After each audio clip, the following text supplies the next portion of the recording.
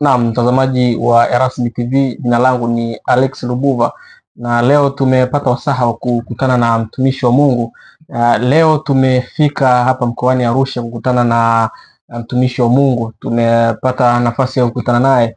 Tutapiga story naye kidogo. Kama tunavyojua, huyu ni mtumishi wa Mungu ambaye anahusika na malezi ya watoto katika kuwalea watoto katika mazingira magumu ya rohoni, ambapo amekaa kwa muda mrefu sana katika huduma hii, na leo tumefika hapa katika mkoa huu wa Arusha kukutana naye. Tumepata wasaha kukutana naye angalau tujue mawili matatu kutokana na kazi hii ambayo anaifanya. Je, katika utume huu anaofanya kwa muda mrefu ni vitu gani ambavyo amevipitia? Sasa leo tumekutana naye, tutaanza na utambulisho wake na pia nyewe watazamaji mtajua kwa majina yake pamoja na uhusika wake halisi katika kazi hii. Habari ya saizi mama? Salama, Mungu wetu asifiwe sana. Amina mama. Watazamaji wetu wanatamani kujua kwa majina yako yote halisi. Ninaitwa Mwalimu Gormina Venance Mpua. Okay, sawa. Wewe ni mtumishi wa Mungu pia ni mchungaji. Watazamaji wetu wanatamani kujua kwenye utume huu ambao unahusika na malezi ya watoto wa mazingira magumu ya rohoni. Mtazamaji wetu anatamani kujua kwenye hii kazi yako ulianza muda gani? Nina muda mrefu toka nikiwa na muda mrefu kwa kweli, labda miaka 19 miaka 20.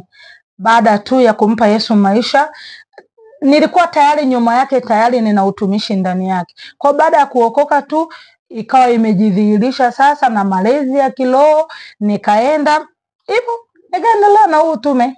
Okay, sawa. Mtazamaji wetu anatamani kujua haya malezi katika mazingira magumu ya rohoni ambao unahusiana nayo katika vijana.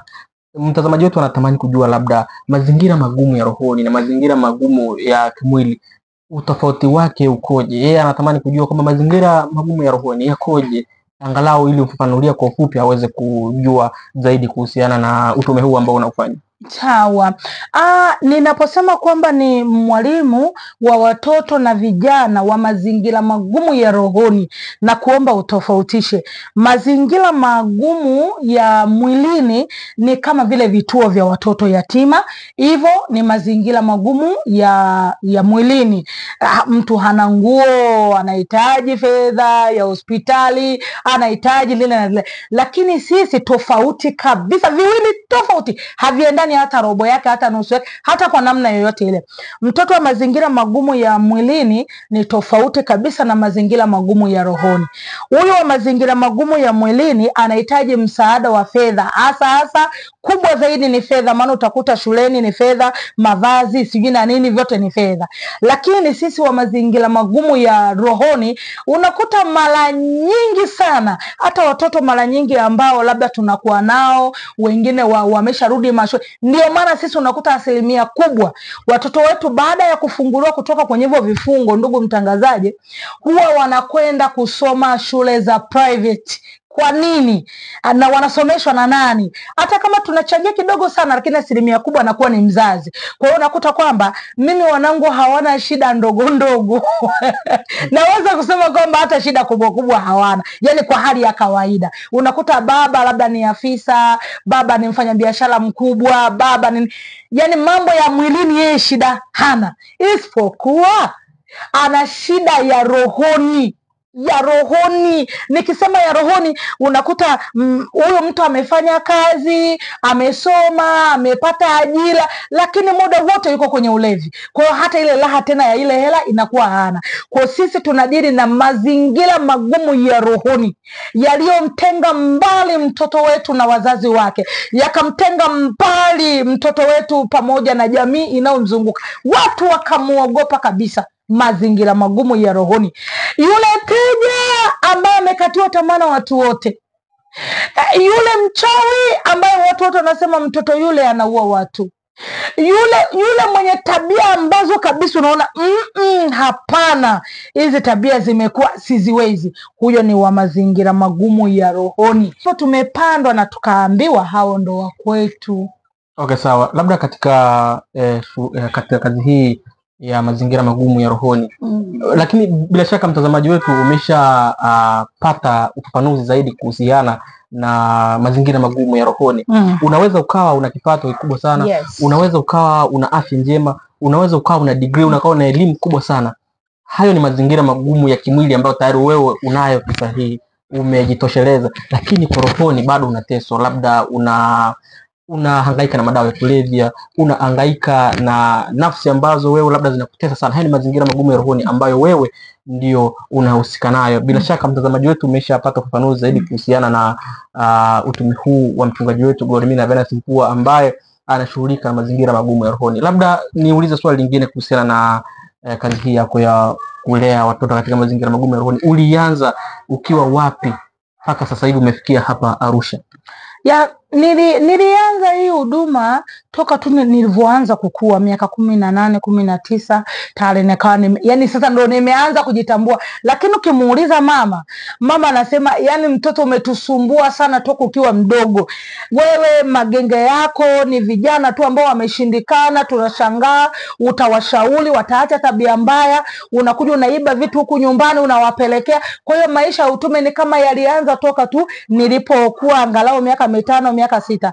Lakini nilivyoenda ile hali ya kujitegemea sasa miaka 19, miaka 20 nimejitambua, ndipo sasa nikasimama nikajua kwamba mimi kumbe nimeitwa kwenye hili eneo. Kwa nilianzia hapo, nimeanzia mkoani Singida, wilaya ya Manyoni, mahali fulani panaitwa Heka. Pale Heka ninao darasa langu ndo la kwanza kabisa, mimi nikiwa na miaka 19, wao na miaka 17, 16. Kwa ulianzia Singida kule? Ya, nilianzia Manyoni vijijini. Okay, sawa. Labda ni kitu gani ambacho kilikusukuma ukasema sasa na Mungu ameamua kunionyesha njia ya kuwa katika malezi ya watoto au vijana katika mazingira magumu ya roho? Ni kitu gani ambacho kilikusukuma? Labda mwito na maamuzi ni vitu viwili tofauti. Ukiamua unatumia akili yako mwenyewe, lakini mwito yani ni kitu ambacho kinakujaga moja kwa moja, kwamba hata kama ungekikataaje lazima utakiishi, kwa sababu ni mwito, na aliyekuita anakaa ndani yako, na akishakaa ndani yako anakuamrisha kuyafanya yale anayoyataka. Kwa hiyo baada ya kugundua kwamba Mungu yuko ndani yangu, Yesu yuko ndani yangu, na nimemuona, tumehojiana na ameniambia nini cha kufanya, safari ikaanza, kwa sababu uko mwito na aliyenituma ninafanya kazi na yeye. Mimi ndugu mtangazaji, sifanye kazi ya Mungu, ninafanya kazi pamoja na Mungu. Haleluya. Asante sana mtumishi. Labda tunatamani kujua katika kazi yako hii ya utume ambao Mungu alikuweka katika mazingira hayo ya kuwa mlezi wa vijana katika mazingira magumu ya rohoni, ni changamoto gani ambayo unakutana nayo katika kazi hii ya utume katika kuwalea vijana na watoto katika mazingira magumu ya rohoni? Leo nitazungumza tofauti kidogo. Sitazungumza changamoto za watoto, nitazungumza changamoto kwa jamii, kwa sababu mimi asilimia kubwa hapa napokea watoto wale ambao wameshindikana kabisa. Asilimia kubwa sana watoto ambao ni wachawi kweli kweli, yani wameshindikana, wamefukuzwa makanisani, wamefukuzwa majumbani. Sasa nizungumzie changamoto kwa jamii na unizunguka, wakiwepo marafiki, ndugu, jamaa. Katika kazi yako hiyo ndo kuna changamoto ambazo zinajitokeza, si ndio?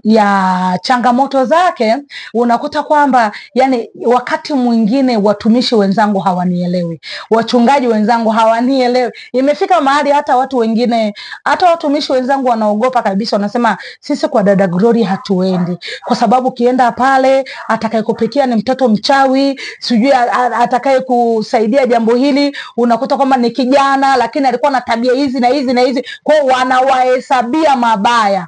Na ndugu mtangazaji, kuna wakati fulani mtoto wa huduma hii ambaye tulikuwa tumempokea bado mchanga kabisa, alinimwagiaga mafuta nikawa nimeungua mguu mzima.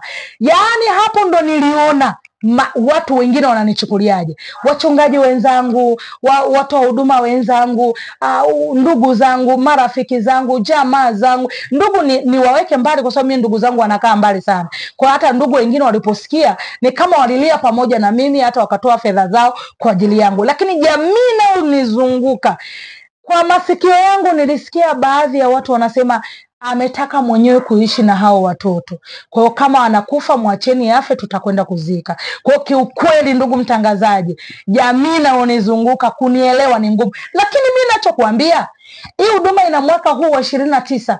Ndugu yangu mpendwa wangu na mtazamaji wa channel hii, watoto wanafunguliwa. Mtangazaji, shahidi ni wewe. Wakati nimepokea mtoto yule wa jagi mpaka sasa unavyomuona, tuna matumaini. Je, tuache kazi ya Mungu kwa ajili ya macho ya watu? Si tunaendelea mbele. Ya ndio. Anayeweza kutuelewa ni Mungu mwenyewe. Haleluya. Amina. Sasa labda mtazamaji wetu anatamani kupata huduma yako na anatamani kukupata labda kwa mitandao ya kijamii au labda katika ukurasa wako wa YouTube, unapatikanaje na mawasiliano yako? Kwa sababu umesema katika kituo chako ulianzia ni Singida, huko Manyoni. Sasa uko sasa hivi upo Arusha na labda mtazamaji wetu anatamani kujua atakupataje katika mazingira haya, na labda yeye yuko mbali, kwa mawasiliano pamoja na katika ukurasa wako anakupata katika kwa namna gani? Okay, kabla sijajibu hilo swali lako, niseme kwamba kuna kitu kingine unakuta kwamba kwa mfano kama kijana nikaja kugundua kumbe, ndugu mtangazaji, sio tu kwamba vijana tu labda kwamba vijana wachawi au na nini, nikaja kupokea vijana ambao wanafanya ngono na wanyama. Tumepokea hapa vijana hao wengi na tumepigiwa simu kwa vijana wengi, na kijana mmoja mpaka nikaongea na mke wake akaniambia mimi nimemruhusu tu, maana kijana aliniambia, mchungaji, mimi ninashare na ng'ombe na siko tayari kabisa kushare na mwanadamu. Mimi nina mke, lakini nimeona kupata mke wa nje kuliko nikahangaika kule nje, nimeamua kuwa na ng'ombe. Hiyo ni kitu kabisa ambao niliongea na mke wake, nikamuuliza, mke, unaisikiaje hiyo? Akaniambia niko sawa, kuliko mume wangu aenda katafuta mwanamke mwingine, bora awe na ng'ombe. Umeona, ni roho zinazofanya kazi juu ya nini, ya kizazi chetu hiki. Leo nategemea tutapata nini, ndugu mtangazaji? Laiti kama sauti yangu haijapenya, tutapata nini kwenye kizazi? Huyo mtu ana wake wawili, ana mnyama na ana ng'ombe. Hilo ni somo jingine, baadaye kwenye hii channel nitaachilia hayo masomo, linaitwa majini ndani ya uzao wa mwanadamu.